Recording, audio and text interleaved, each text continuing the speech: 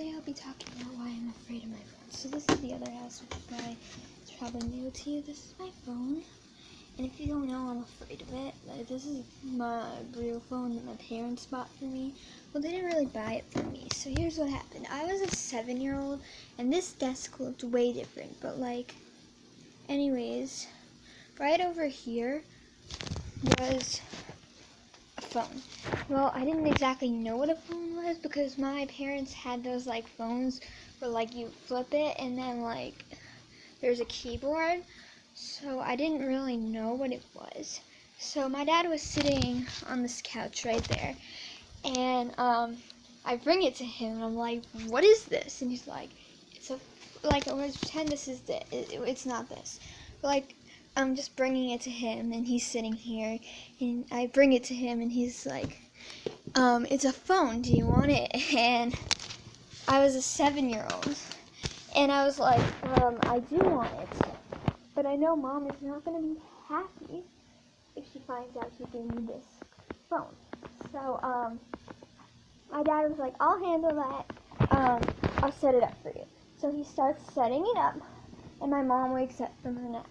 And she is really, really mad at my dad for giving a 7-year-old a phone. Now she's kind of happy with it because I'm 12 now, and if I'm somewhere and if I need her, I can call her. And so nowadays, she's actually happy that I got this phone. But then she was really unhappy.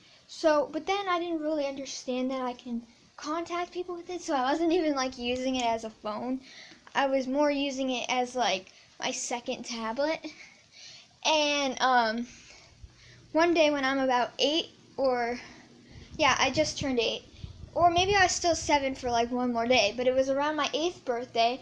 My grandparents were here to celebrate my birthday, and I go to my phone, which is on a couch that no longer exists.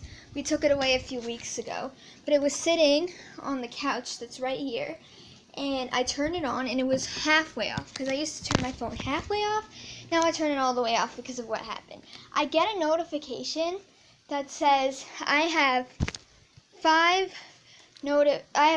missed calls, and I don't know why, but since they were from not my grandmother's, not my grandfather's, and not my parents, I was just really scared. I turned off my phone, and I came out of this office shaking, and my grandmother was just sitting on the couch, and she was like, "Lisa, what's wrong?" And I was like, "Oh, nothing's wrong," because my grandma's very judgmental, and if I was going to tell anyone, it wouldn't be her.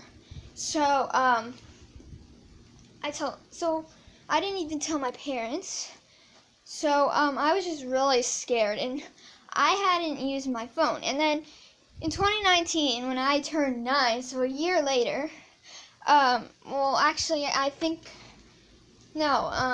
didn't. Well, whatever. It doesn't matter what age I was or whatever. It just matters that I had this phone, and eventually I used it again, and I hadn't received a call because apparently the calling app and texting app I used didn't work, and I was kind of happy with that. And then eventually I got scared again because I started getting calls once my dad got it back, and that's what happened. But then there's other scary things that happened with my phone, which is why I'm afraid of it. So one time I was on the bus, and I got this text saying, "Hi Connie, how's Ruth?" Now, I don't know who Connie is, I don't know who Ruth is, I don't know who Martha is, because that's who it was sent by. I found this out later when I went back on, and I just said wrong number, and I haven't got a text from that person again. But I was scared. So I was on the bus, so of course I told one of my friends, and they were like, "Tell your parents." And I just nodded to my friends and were like, "Yeah, I'm going to tell my mom and dad." Did I? No. Then my friend wanted to call me on a Thursday night. I just remember that. And I was 10 years old. And I don't know why, but my mom said I could do it from my house phone, and I felt better with that. But since he didn't answer because he probably didn't recognize the number. My mom said I had to do it from my phone. So I did that, and it was like it wouldn't like call him.